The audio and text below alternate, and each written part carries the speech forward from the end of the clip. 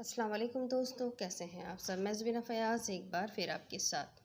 तो मैं शुरू कर रही हूँ तू ही मेरी दुआ पार्ट 5।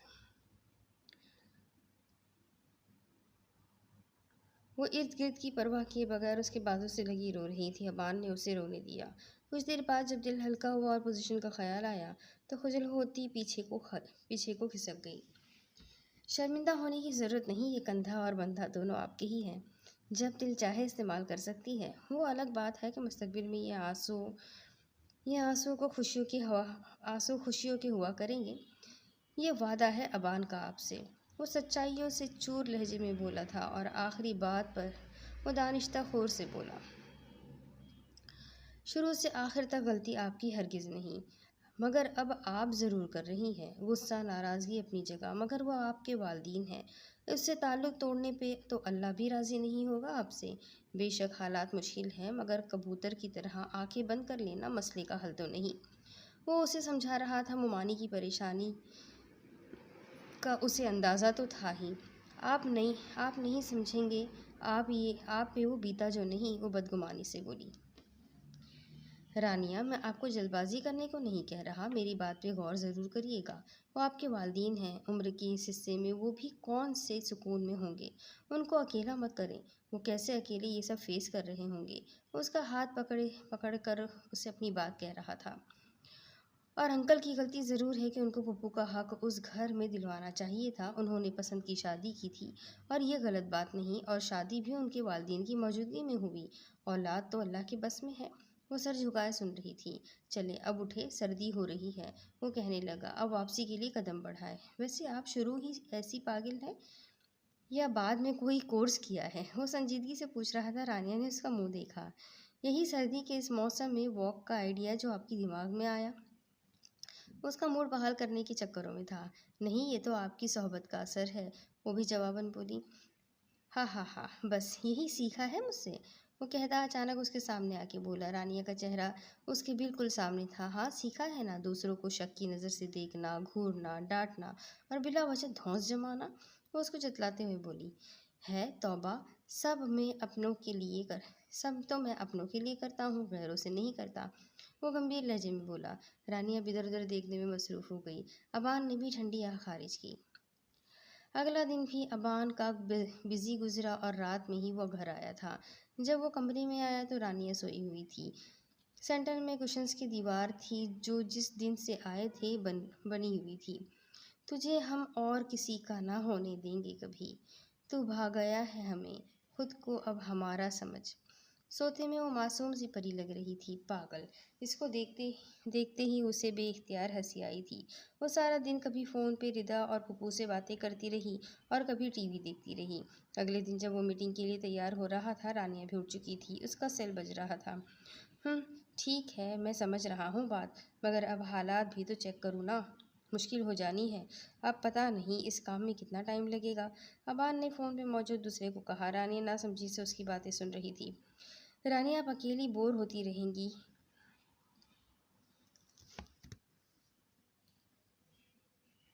वेकेशंस पर आए हैं तो एंजॉय करें। अभी आप आज जाके शॉपिंग कर आए, सबके लिए कुछ ना कुछ लेके आइएगा। अबान ने बैग में लैपटॉप रखते हुए उसे कहा। मगर मैं अकेली, आप भी चले साथ। रानिया वाकई अकेली नहीं जाना चाहती थी, इसलिए उसे बोली, अकेली नहीं होंगी आप, तौकीर आपके साथ होंगे। अफराज भी कुछ देर में आने वाले हैं। मैं और वो आपको शॉपिंग में ही ज्वाइन करेंगे। अबान ने उसे प्लान बताया। मगर रानिया मनमनाई। और हाँ, आप तौकीर के साथ रहेंगी। अपना सेल अपने हाथ में रखिएगा। मेरी कॉल फ़ौरन अटेंड करनी होगी और अगर कोई मसला हो तो मुझे फ़ौरन बताइएगा। वो उसे ऐसे हिदायत दे रहा था जैसे वो जंग के मैदान में जा रही हो। उफ़ अबान, उफ़। रानिया कानों पे हाथ रखती हुई बोली। जी रानिया। अबान हसन वो शौक़ी से उसकी तरफ बढ़ते हुए बोला, आपको टीचर होना चाहिए था। हर वक्त कोई ना कोई लेक्चर स्टार्ट होता है। मैं शॉपिंग पे जा रही हूँ, साथ आपका बॉडी गार्ड भी जा रहा है और ऊपर से आपकी इंस्ट्रक्शंस मुझे लग रहा है कि मैं स्पेस में जा रही हूँ। रानिया चिढ़ के बोली, मैं तो आपको कहीं ना जाने दूँ, तुम स्पेस की बात करती हो। और वैसे भी दूसरी स्पेस आपको ज़रूरत से ज़्यादा मिल गई है। अबान ने उसके बाजू से खींच के उसको अपनी तरफ किया और मानी खजी से बोला। रानिया तो दंग रह गई थी। वो मैं रिदा से पूछ लूँ उसे क्या चाहिए? रानिया ने अपने बाजुओं को छुड़ाते हुए कहा। पहले उसके भाई से तो पूछती जाए, अबान ने उसके पीछे से कहा, मगर वो वॉशरूम में घुस गई। इनको अचानक पता नहीं क्या हो जाता है, रानिया बड़बड़ाई। अबान के जाने के 1 घंटे बाद रानिया शॉपिंग पे निकल गई थी। अब वो अकेली घूमती थक गई थी। अबान को कॉल करके वो पागल हो गई थी मगर वो अटेंड नहीं कर रहा था। सबके लिए वो कुछ ना कुछ ले तो चुकी थी। वो एक तरकीब सोचते बॉडीगार्ड के पास आई। गुस्से तो आज शदीद आया था उसे। सुने, अपने साहब को कॉल मिलाए ज़रा, वो उसके पास आते हुए गुस्से से बोली। जैसे ही उसने कॉल मिलाई, रानिया ने उसके हाथ से फ़ोन झपट लिया। दूसरी तरफ से अबान की आवाज़ गूंजी। देखो तौकीर, तुमने मैडम को अभी बिल्कुल रूम में नहीं लेके आना। सुनो, वो मुझे बार बार कॉल कर रही है। उसे बोलो कि मैं मीटिंग में हूँ। रानिया खुले मुंह खोले उसके झूठ सुन रही थी कि उसे एक आवाज़ सुनाई दी। Aban, come here darling. किसी औरत की आवाज़ थी और ऊपर से अबान के झूठ और उसके अल्फाज। रानिया को लगा वो गिर जाएगी। उसका सर चकरा रहा था, मगर कुछ दिमाग में आया और फ़ौरन अमल किया। बैग से चाकू निकाला जो उसने घर के लिए ख़रीदा था और बॉडीगार्ड को धमकी दी। अगर तुम मुझे अभी वापस होटल ना ले गए या फिर तुमने अपने सर को मेरे वापस होटल जाने का बताया तो मैं अपनी जान लेने में 1 मिनट नहीं लगाऊंगी। रानिया ने उसका मोबाइल भी अपने काबू में रखा। अब वो बेबस बॉडीगार्ड आगे आगे था और रानिया पीछे। वो अब मजबूर था। अगर वो सर को बताने की कोशिश करता तो वो कुछ भी कर सकती थी। सो भलाई इसी में ही थी। होटल तक का रास्ता रानिया की ज़िंदगी का बदतरीन सफ़र था। वो 1000 दफ़ा मरी थी और जी रही थी। सारा रास्ता उसने चाकू कलाई पे रखा, यहाँ तक कि बॉडीगार्ड के पीछे चलते चलते वो कमरे तक आई। और अब ये दरवाज़ा खोलना उसे दुनिया की मुश्किल तरीन और जानलेवा काम लग रहा था, क्योंकि शायद इस एक दरवाजे के खुलने के बाद बाकी सब दरवाजे बंद करने पड़ जाए। वो आगे बढ़ी और दरवाज़ा खोला। उसके हाथों में जान न थी। अंदर का मंजर देख के वो चाकू उसके हाथ से गिर गया था और वो दोनों हाथ मुंह पे रख के अपनी आवाज़ को दबा रही थी। एक लड़की बिल्कुल अबान के पास बेड पर बैठी हुई थी। उसने अबान का हाथ पकड़ा हुआ था और उसके कान में कोई सरगोशी कर रही थी और मुस्कुरा रही थी। और रानिया की मौत हो चुकी थी। शोर की आवाज़ पे दोनों चौंके। अबान तो हक्का बक्का था। रानिया, अबान के मुंह से निकला। वो रानिया को देख के स्टिल था। कहता रानिया की तरफ आने लगा। वो दरअसल एक्चुअली मैं तुम्हें बताता हूँ। अबान उसको सामने देख के दंग रह गया था। ये तो उसने ना सोचा था। रानिया ने उसे वहीं से हाथ के इशारे से अपने पास आने से रोक दिया था। वो बेबसी से बालों में हाथ फेरते हुए जब्त से आंखें मीच गया। रानिया, लेट मी एक्सप्लेन। अबान ने फिर कोशिश की। वो लड़की रानिया को और अबान को देख के समझ गई थी कि ये कौन हो सकती है। हो is she my boy Aban. वो अबान के पास जाके बोली। Get lost. अबान ने अपने कान से ब्लूटूथ डिवाइस उतार के फेंकी और दूसरी तरफ बैठे लोगों को हालात की संगीनी का अंदाज़ा हो गया था। और वो लड़की नहीं बल्कि ज़्यादा उम्र की थी, जिसने अपने चेहरे को मेकअप से खूबसूरत बनाया हुआ था। वाहियात लिबास में दुपट्टे से बेनियाज एक अदा से अबान के पास से गुजरी थी। फिर मिलेंगे जल्द ही अकेले में माय बॉय अबान। वो हंसती हुई रानिया की दुनिया को तबाह करती बाहर निकलती गई और रानिया दोनों हाथों को मुंह पे रखे सिसकियां ले रही थी। रानिया, मेरी बात सुनो। जो तुम समझ रही हो वैसा कुछ नहीं है। वो उसे समझाने को आगे बढ़ा। बस एसपी साहब, बहुत हो गया। बहुत बना लिया आपने मेरा तमाशा। बहुत बना लिया मुझे बेवकूफ़। रानिया इस वक्त बदगुमानी के उरूज पर थी। आखिर आंखों से देखा था। अब तो उसके जज्बात बदल रहे थे। अबान को लेके रानिया अलमारी की तरफ बढ़ी, बैग निकाला और कपड़े रखने लगी।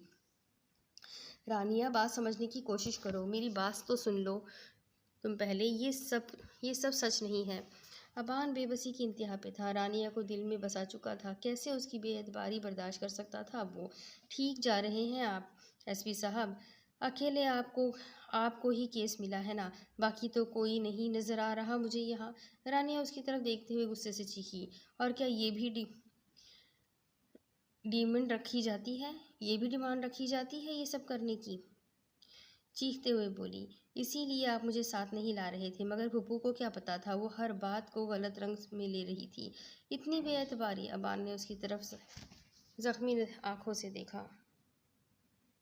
अगर वो गुस्से में ना होती तो उन आंखों पे ईमान ले आती। Don't touch me. रानिया ने अबान का हाथ अपने हाथ पे आते देखा तो चीखते हुए पीछे हुई। उसके रद्दे अमल पे अबान का दिल खून खून हो गया था। वो अपनी आंखों को जोर से भींचते, दर्द कम करते हाथों को पीछे कर गया। जिससे प्यार किया ये मिला बदले में।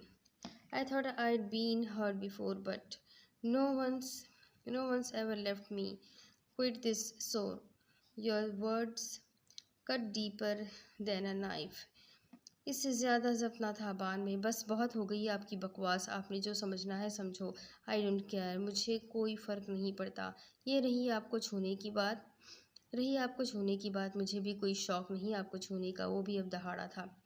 अपने किरदार पे वो कोई बात बर्दाश्त नहीं कर सकता था। ये तो रानिया थी, इसलिए उसकी बातें सुन रहा था। कोई और होता तो जान से जाता। अफराज जो दूसरी तरफ मौजूद था कमरे में दाखिल हुआ। हालात का अंदाज़ा उसे हो चुका था। भाभी देखे, तहमिल से काम ले।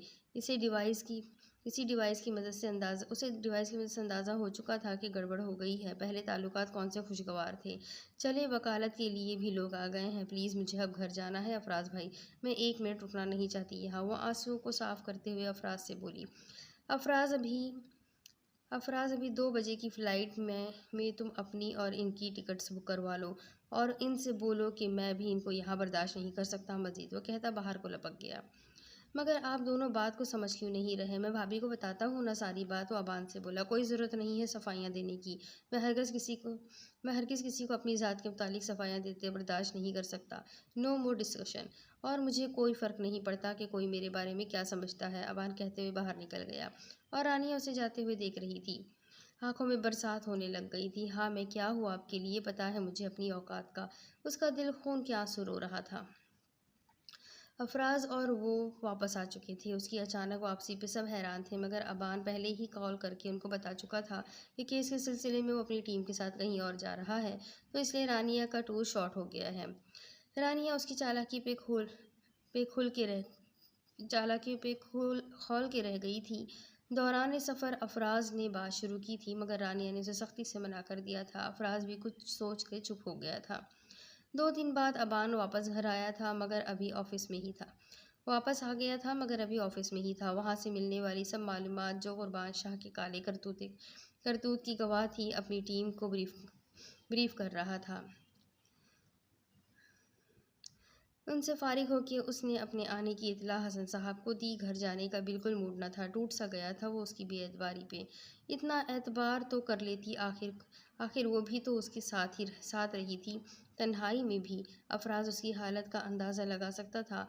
वो अपने किरदार पे किसी किस्म का शक या बात बर्दाश्त नहीं कर सकता था, क्योंकि वो अज़हद फ़ैर इंसान था, चाहे फिर वो उसकी ज़ाती ज़िंदगी हो या अमली।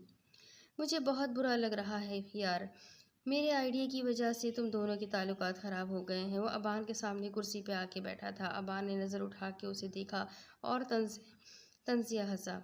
पहले कौन से खुशगवार थे, तुम क्यों परेशान होते हो? अबान ने उसे कहा था। अब तो वो उनके घर का दामाद भी बन चुका था।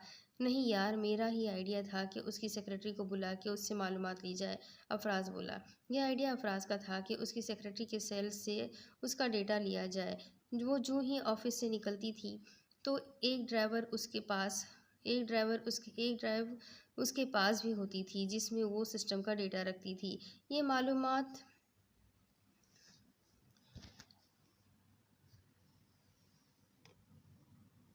टीम के एक मेंबर ने एज अ विजिटर जाके मुख्तलिफ गेटअप में 4 दिन में हासिल की थी। अफराज को उसकी सेक्रेटरी का बायोडाटा भी मालूम था, और प्लस वो किस फितरत की थी। यार अफराज, किसी लड़की को इसमें इन्वॉल्व करना, दैट्स नॉट गुड। अबान ने मीटिंग में सरासर मुखालिफत की थी। वो जिस फितरत की है मैं जानता हूँ, सो ये प्लान ही वर्क करेगा, क्योंकि सीधे से वो तो कभी डेटा नहीं देगी। इस तरह ना हम लोग एक्सपोज होंगे और ना ही किसी किस्म का कोई मसला होगा। अफराज ने अपना प्लान बतलाया। मगर ये काम करेगा कौन? कौन इसको शीशे में उतार सकता है? तुम उसको मिसमराइज़ करोगे, अबान ने उसको घूरा। तो मेरे शेर, अबान ने उसे शरारती नज़रों से देखा। अगर ये मजाक है तो निहायत बुरा, अबान ने उसे घूरते हुए कहा। देख, ये काम तुम्हें ही करना होगा, वरना कोई और नहीं कर सकता, अफराज ने साफ बताया। तुम्हें अच्छा खासा पता है मुझे इन कामों का कोई तजुर्बा नहीं। हाँ, अलबत्ता तुम्हारी सेंचुरियाँ ज़रूर है, अबान ने इस्तेज़ाहिया कहा था। ये काम तुम ही करोगे, इट्स फाइनल। अफराज ने एक ना सुनी थी। अबान ने उसको बातों में लगाए दूर ना महसूस तरीके से उसके सेल को अपने लैपटॉप से कनेक्ट करके डेटा सेव कर लिया था। उसके लैपटॉप में भी हैकिंग ऐप्स के ज़रिए सब ठीक हो चुका था, मगर रानिया की एंट्री से वो हिल के रह गया था। उसकी मीटिंग और जो लोग कनेक्ट लिस्ट में थे उसका पता लग गया था, प्लस कौन सी सप्लाई किधर और कब होनी है, ये सब हेल्पफुल थी बहुत। मगर तुम्हारी भी है अबान, गलती तुम्हारी भी है अबान। कम अज़ कम तुम भाभी को वापस आने ना देते, उनको सच बता देते तो आज ये नौबत नहीं आनी थी। अफराज ने उसे देखते हुए कहा, मुझे किसी को अपनी सफाई देने की ज़रूरत नहीं है, और कोई मेरे बारे में क्या सोचता है मुझे कोई फ़र्क नहीं पड़ता। वो नागवारी से बोला था। वो किसी नहीं, तुम्हारी बीवी है, अफराज ने गुस्से से बोला। बीवी? वो रिश्ता जैसे जैसे बना था तुम भी जानते हो अच्छी तरह, अबान भी भरा हुआ था। तुम अभी तक वहाँ ही खड़े हो, जब तक वो बातें दिमाग से निकाल के नई चीज़ें ज़िंदगी में नहीं लाओगे तो कैसे ज़िंदगी गुजरेगी, ज़िंदगी में रंग कैसे आएंगे। अफराज ने उसे देख के अफसोस से कहा, मैं तो आगे के मराहिल तय कर रहा था, नई मंजिलों की तरफ उसे ले जाना चाह रहा था, मगर उसकी बेएतबारी ने मुझे समझा दिया कि मेरी सिमत गलत थी। तो अब ना मुझे कोई ज़रूरत है और ना ही फ़र्क पड़ता है। अबान उस दुश्मन जहाँ के कारीवारों से तंग आ गया था। इस दफ़ा तो लगा जैसे शहरक पे वार किया हो। फ़र्क तो तुम्हें पड़ता है, अब तुम मानो या ना मानो। अफराज ने सोचा और कुछ सोच के चुप हो गया था। घर आते ही पहले बारी चौकीदार की थी, गलती भी उसकी ही थी, जो गेट खुला छोड़ कहीं गायब था। ऊपर से अबान की आमद से बेखबर था। पहले उसकी पेशी हुई थी, उससे निपट कर अंदर आया, सख्त झंझलाया हुआ था। बिस्मिल्लाह, मेरा बेटा आ गया। तुम्हारी माँ उदास हो गई थी। तानिया बेगम उसे देख के खिली थी। उसने भी आगे बढ़ के माँ को सलाम किया और प्यार किया। क्यों बाहर गुस्सा हो रहे थे? थक गया है मेरा बेटा, जाओ फ्रेश हो जाओ, रानिया कमरे में ही है, तानिया ने कहा। उसका नाम सुन के अबान के चेहरे पे फिर सख्ती दर आई। जी कहता हुआ वो वहाँ से हट गया। वो पहले कभी किसी मुलाजिम से भी इतना गुस्सा ना हुआ था। तानिया बेगम उलझी, किसी केस की टेंशन में होगा। मेरे खुदा, मेरे बच्चे को कामयाब करना, वो अपनी हिफाजत में रखना। उन्होंने दुआ की। वो आंधी तूफान बना हुआ अंदर दाखिल हुआ। बेड पे बैठी रानिया भी उछल पड़ी। अबान पे नज़र पड़ी तो सब याद आ गया। अबान ने उसे एक नज़र देखना भी गवारा ना किया। रानिया कुड़ के रह गई, स्टडी में घुस गया था। डिनर के वक्त वो बाहर आया था नींद पूरी करके। वो भी तानिया बेगम ने रिदा को दो बार भेज के बुलवाया था। शर्ट और ट्राउज़र में माथे पे बिखरे बाल और चेहरे पे सख्ती उसे और भी पुरकशिश बना रही थी। रानिया का गुस्से में भी कोई कमी नहीं हुई थी। अबान, तबीयत तो ठीक है बेटा? तानिया ने फिक्रमंदी से कहा था। जी मामा, बस थक गया हूँ थोड़ा। रानिया को मुकम्मल नज़रअंदाज किया हुआ था। चलो रेस्ट करना, आप खाना खा लो, भूखे हो तब से कुछ नहीं खाया। रानिया इधर आओ, अबान के साथ वाली चेयर पे, और उसे खाना दो, तानिया ने कहा और किचन से पानी लाके रख रही थी। रानिया अब फंस गई थी। जी, और आके बैठ गई। अबान भी तिलमिला गया। मामा, मैं कौन सा बच्चा हूँ, क्यों नाहक दूसरों को जहमत दे रही है?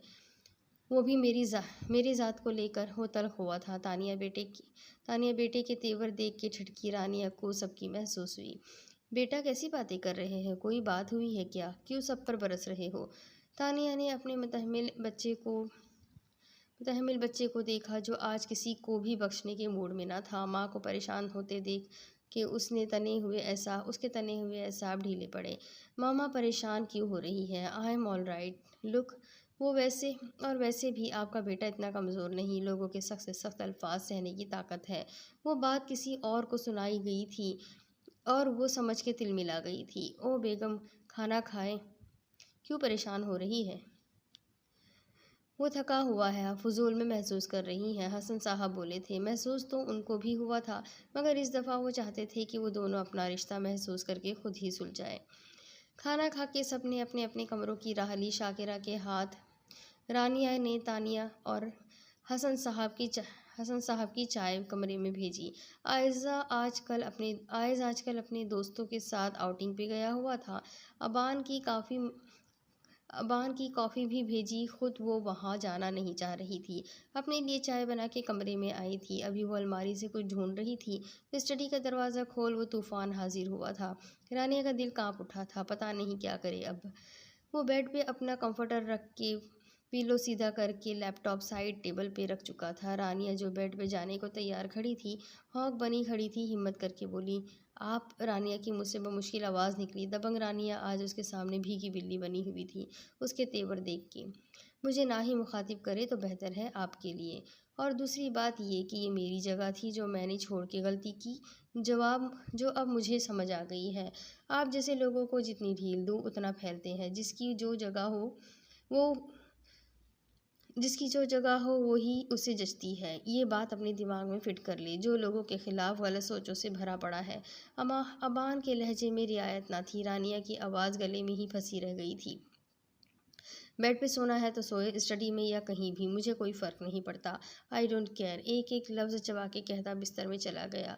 और रानिया हौक खड़ी उसके लफ्ज़ों में खोई खड़ी थी। अबान ने लाइट ऑफ कर दी थी और रानिया के हवास बहाल हुए तो वो भी अपना बिस्तर लाके सोफे पे लेट गई। अफराज ने रिदा को सारी बात बता दी थी, जिस पे वो दोनों अब परेशान थे कि इस मामले को कैसे हल किया जाए। रिदा फरीहा भाभी अफराज की भाभी की कॉल आई है। वो बहुत इंसिस्ट कर रही है कि आज आप लोग आओ। फूफू कह रही है कि हम दोनों हो आए। रानिया ने उसे कहा, जो अभी अभी अफराज का प्लान सुन के आ रही थी। तो चले फिर, हम मुस्कुराते हुए बोली। ठहर जाओ लड़की, तुम्हें बहुत जल्दी है ना?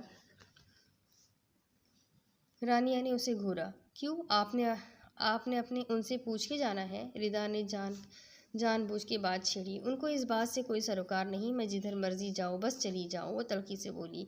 कोई बात हुई है क्या? रिदा ने अनजान बनते हुए पूछा। अब तुमने अपने ससुराल वालों को वेट करवाना है जो यहाँ बैठी गप्पे हाँक रही हो? चलो जाके रेडी हो जाओ। रानिया ने माहौल को नॉर्मल करते उसके गाल थपके। ओके, आप भी तैयार हो जाए। रिदा ने रानिया के बुझे चेहरे की तरफ देखते हुए कहा और आगे बढ़ गई। कुछ देर के बाद ड्राइवर के साथ वो दोनों अफराज के घर चली गई थी। रिदा पहले भी जाती थी, मगर इस दफ़ा एक झिझक थी। अगर रानिया वाला मसला हल ना होना होता तो वो कभी भी यहाँ ना आती। अफराज ने जब उसे कॉल की थी। जी, कोई काम था? रिदा ने कांपते हाथों से कॉल रिसीव की थी। वालेकुम अस्सलाम। आपके यहाँ सलाम लेने का रिवाज नहीं है क्या? अफराज ने उसके यूँ कहने पे तंज किया। जी, वो जल्दी में याद नहीं रहा। रिदा ने बात बनाई। ऐसी भी क्या जल्दी में? कौन सा भागा जा रहा हूँ? इधर ही हूँ आपके लिए। अफराज ने उसके कंफ्यूज होने का मजाक उड़ाया। मैं कॉल बंद कर दूँ? रिदा ने कहा। अच्छा रुके। अफराज ने हंसते हुए उसकी धमकी को एंजॉय किया और सारी बात बताई। मैं कैसे आ सकती हूँ? रिदा मिलाई। अरे भाई, पैरों से कहिए तो ये काम भी मैं कर दूंगा। वो फिर शौक हुआ। आखिर को उसका साथ जो मिल गया था। अफराज, आप फिर शुरू हो गए? क्या हो जाता है आपको? रिदा ने रूहानसी होकर पूछा। जो हुआ है या हो जाता है वो बाद में बताऊंगा। फिलहाल तो आप ये काम करें। अबान और भाभी को यूं नहीं छोड़ सकते, अफराज ने पुरसोच अंदाज में बोला। अफराज की भाभी और मामा अच्छे से मिली थी। अबान ने सिर्फ भाभी को उन दोनों को किसी तरह बुलाने का कहा था, ताकि वाकई किसी को इस बात का पता न चले। भाभी को उसने सिर्फ रानिया को बुलाने की वजह बताई थी, सरसरी सी, और कोई बात क्लियर करनी थी। रिफ्रेशमेंट के बाद मामा तो नमाज़ पढ़ने चली गई थी। इतने में अफराज भी घर आ गया था। रानिया को सलाम किया। रिदा को देख के खिल उठा था। रिदा ने सलाम किया, कहीं फिर ना ताना मिल जाए। वालेकुम अस्सलाम, जीती रहो। वो शौक हुआ और उसके झुके सर को देखा। तुम मेरी बहन को तंग ना करो, समझे? रानिया ने उसको घूरा। इन दोनों बहन भाइयों ने दुनिया को तंग किया हुआ है। भाई ने सारी चोर मुजरिमों को आगे लगाया हुआ है, अफराज ने कहा। उनकी क्या बात है? वो सबको मुजरिम समझते हैं। रानिया ने भी रुकमा दिया। भाभी मेरे साथ आए, मुझे आपको कुछ दिखाना है, अफराज ने कहा। नहीं अफराज भाई, मुझे पता है आप क्या कहना चाह रहे हैं। इसका कोई फ़ायदा नहीं जब उनको इस सब से फ़र्क ही नहीं पड़ रहा तो, रानिया ने नम लहजे में कहा। एक बात ये कि मैंने उनके किरदार पे शक नहीं किया था, उस सिचुएशन पे चकरा गई थी मैं कैसे बर्दाश्त कर सकती थी वो सब, चाहे शादी जिस मर्जी हाल में हुई हो। शादी तो है ना, बजाय इसके कि वो मुझे सब क्लियर कर दे। मगर उनको कोई मतलब हो मुझसे तब ना, तो इस सब से क्या फ़ायदा? रानिया ने ग्लूगियर लहजे में कहा। भाभी प्लीज़ एक दफ़ा बात मान ले। रिदा ने भी मन्नत की तो वो उठ गई थी। वो तीनों कमरे में आए। अफराज ने लैपटॉप ऑन किया था और फ्लैश लगाई। कुछ ही देर में स्क्रीन पे मनाजिर चलने लगे। इसमें अबान के साथ वाले कमरे की भी वीडियो थी, जिसमें सेंटर टेबल पर सारा सिस्टम पड़ा हुआ था जो अबान और उस सेक्रेटरी के और वो सेक्रेटरी को मॉनिटर कर रहा था। अफराज और उनके ऑफिसर्स भी थे। अब स्क्रीन पे अबान के कमरे का मंजर रोशन हुआ था। वो लड़की उनकी सोच के मुताबिक ही हरकतें कर रही थी और अबान के चेहरे पे संजीदगी थी, क्योंकि उसके सेल से डेटा चाहिए था। अबान की आंखों का फोकस अब उस सेक्रेटरी की आंखों में ही था और हाथ से वो उसका सेल को लैपटॉप से कनेक्ट कर रहा था। रानिया तो गश खा जाती उसके फ़न देख के, मगर भला हो जेलसी का जो हर जज्बे पे भारी पड़ती है। ऐसी नज़रों से कभी मुझे भी नहीं देखा मोहतरम ने। वो गुस्से से सोच के रह गई। बस करे बंदा उसे क्यों बस करें बंदी से क्यों मेरा खून जला रहे हैं। बात से पोजीशन क्लियर करने की थी, कर देते तो क्या हो जाता, मगर एसपी अबान ही क्या जो अकड़ना दिखाए। वो भरी पड़ी थी। भाभी गलती आपकी भी है। अबान जैसे इंसान जिन्होंने वाकई ही ईमानदारी से ज़िंदगी गुजारी हो, खुद को किसी एक के लिए बचा के रखा हो, तो वो इंसान हरगिज़ नहीं बर्दाश्त करेगा। अफराज ने उसे समझाया। जी मुझे अंदाज़ा है, मगर मैं उस वक्त गुस्से में थी। अब रहा सहा गुस्सा भी शर्मिंदगी की नज़र हो गया था। आप अबान से बात करके क्लियर कर ले बात को। क्यों हालात को मुश्किल बना रहे हैं दोनों। अफराज ने उसे नरम पड़ते देख के मतलब की बात की। उन्होंने मेरी गर्दन उड़ा देनी है जितना वो आजकल गुस्सा करते हैं बात बात पे। मेरा तो बाइकॉट है मुकम्मल, वो बोली। बात तो करनी ही पड़ेगी, वरना लोगों को उसके गुस्से ने हिला कर रख देना है। सारी दुनिया डरा के रखी है। अफराज ने भी उसका रवैया देख के कहा। भाभी हिम्मत करे अब। रिदा भी बोली। अबान की शेरनी भीगी बिल्ली बनी हुई है, ये तो सूट नहीं कर रहा। अब अफराज ने मजाक बनाया। शेरनी किसको कहा। रानी ने तीखे तीखे तेवरों से उससे पूछा। आपके साहब बहादुर कहते हैं। अफराज की शौकी बरकरार थी। अपना नहीं पता उनको, आजकल भूखे शेर बने हुए हैं। रानिया ने कहा। हाय खूब बनेगी जब मिल बैठेंगे शेर और शेरनी। रिदा ने भी टुकड़ा लगाया।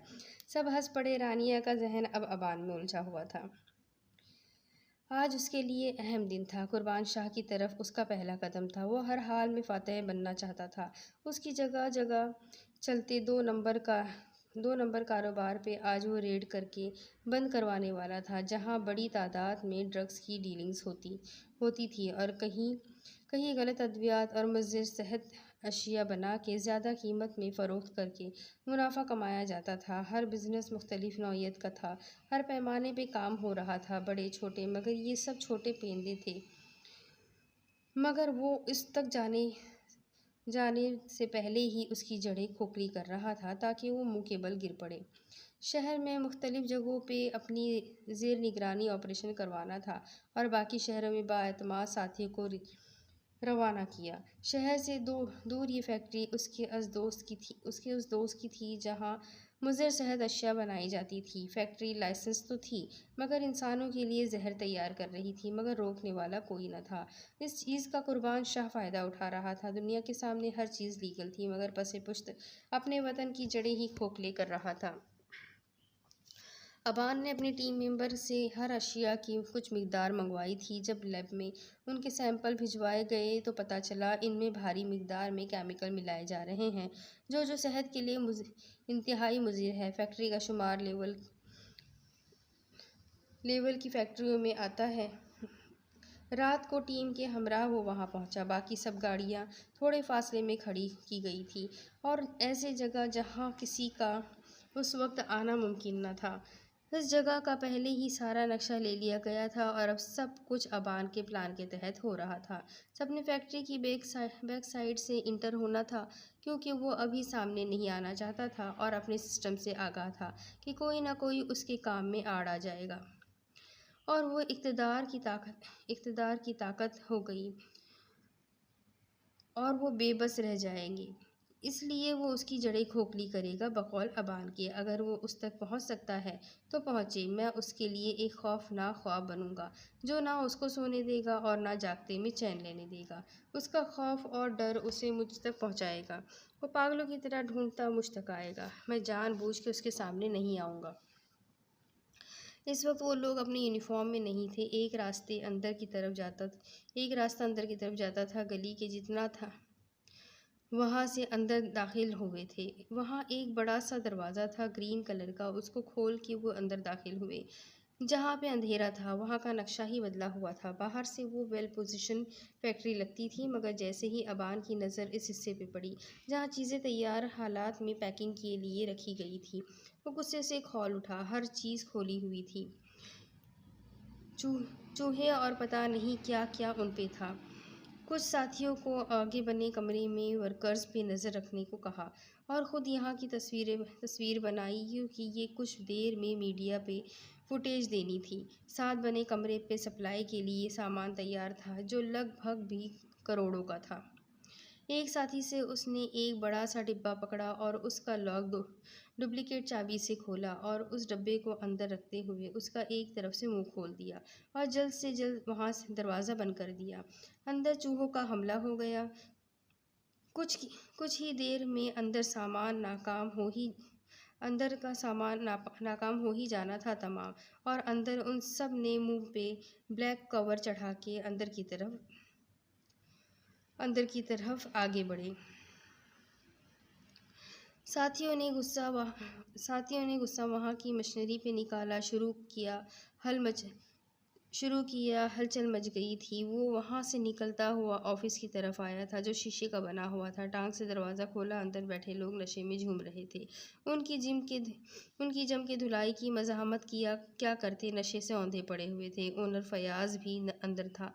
उसकी तकलीफ पे तो हाशिम ने बिलबिला उठना था। जब उसकी दुर्गतों बना चुका था तो बाहर निकला था। गार्ड एक तरफ हो गया था चुप करके। अबान फखरिया चाल चलते बाहर आया। वर्कर्स में से किसी ने पुलिस को भी कॉल करके बुला लिया था। अबान और उसके साथियों के मिशन अंडरकवर था फिलवक्त। उसके साथ ही पहले ही निकल चुके थे और वो भी अब निकल आया था। बाकी जगहों में जहाँ जहाँ आज रेड हो, सब फैक्ट्रीज को सील किया गया था। इसमें अबान नहीं सामने आया था। वो चाहता था कि वो खुद उस तक आए कि आखिर कौन है जिसने उस पर हाथ डालने की कोशिश की है। पहली दफ़ा उसके सीनियर ऑफिसर का नाम मंजर आम पे आ रहा था इस मिशन को लेके। सबूत के तौर पे लैपटॉप की रिपोर्ट्स थी। तौका के ऐन मुताबिक कुर्बान शाह गुस्से से पागल हो गया था। कैसे हुआ ये सब? किसने किया है ये सब? खबर मिलने पे वो वहाँ पहुँचा था। पुलिस और मीडिया वालों ने भी मामले को उठाया था। यूँ उसकी बदनामी हुई थी, मगर कुर्बान शाह इनकारी था कि उसके दोस्त के खिलाफ साजिश है। खुद को तो सामने नहीं लाया था। फयाज पुलिस कस्टडी में था। कुर्बान शाह अपने ख़ास बंदों के साथ सर जोड़े बैठा था। कौन हो सकता है जिसकी इतनी हिम्मत? आज को अगर वो फयाज तक आया है तो कल को मुझ तक भी आ सकता है। वो फनकारा। जो कोई भी है उसे ढूंढ निकालेंगे सर, उसका वफादार आदमी बोला। मुझे उसकी सारी डिटेल्स चाहिए। किसी कीमत पे वो मुझ तक नहीं पहुंचना चाहिए। जो कोई भी है उसका अभी के अभी पर काटो। करोड़ों का नुकसान हुआ है। वो घुर्राया। एक पुलिस ऑफिसर भी है जिसने सेठ हाशिम का कारोबार भी ठप किया था। उसने काफ़ी लोगों को रास्ते से हटाया है। इस बार भी वो हो सकता है। एलेक्स ने भी पेशन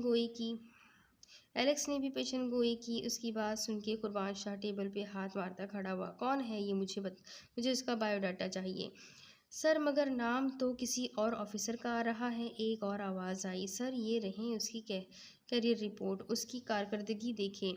एलेक्स ने लैपटॉप को कुर्बान शाह की तरफ किया। वो जैसे जैसे सारे डिटेल्स पढ़ रहा था उसके चेहरे का रंग भी बदल रहा था। जो केस इस एसपी ने किए थे, एसपी अबान, वो जानबूझ के ये गेम खेल रहा था। ये काम वाकई ही इसी का है, ब्लेंड गेम, ताकि मुझे हाइपर करे। वो कभी हाथों को मसल रहा था, परेशानी की हालत में इधर से उधर चक्कर काट रहा था। चलो खेलते हैं फिर, देखो अब तुम्हारा किससे पाला पड़ा है। कुर्बान शाह से वो मकारी से हंसा और माथे को मसला। 2 दिन वैसे ही अबान की शोला बरसाती आंखों और लहजे की नज़र हुए। इधर रानिया भी शर्मिंदगी में थी। आजकल वैसे भी महाराजा की वापसी हो चुकी थी अपने कमरे में, तो इधर उधर ही पाए जाते थे ऑफिस से वापसी पे। रानिया ने मुखातिब करने की कोशिश भी की, मगर बेसुध। अकड़ू अकड़ू रवैया बाकियों के साथ तो बेहतर था। मतलब गुस्से का ग्राफ कम हुआ था, मगर रानिया के लिए हरगिज नहीं। अगले दिन रात को कमरे में बात करने का सोच चुकी थी वो। जो होगा देखा जाएगा। अब अफराज ने अबान को कॉल कर रानिया का अपने किए पे शर्मिंदा होने का बताया था, और अफराज ने उसे भी ठंडा रहने को कहा था, मगर अबान उसको कौन समझाए।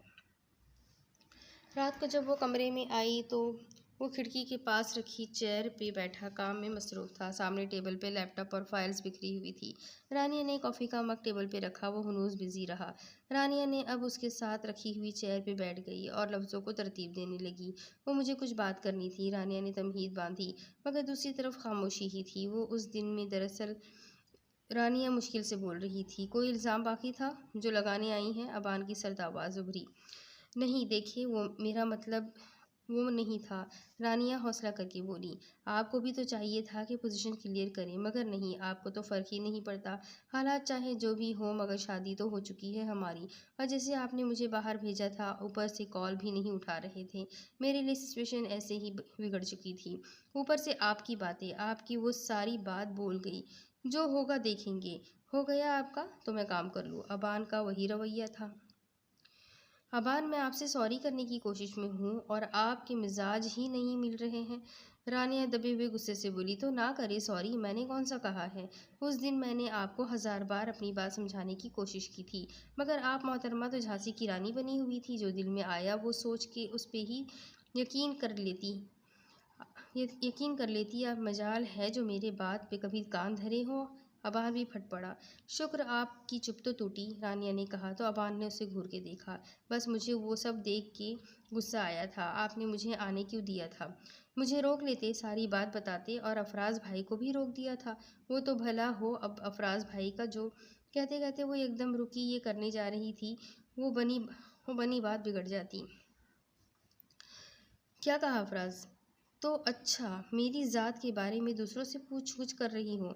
मेरे तो आपकी नज़र में कोई वैल्यू नहीं।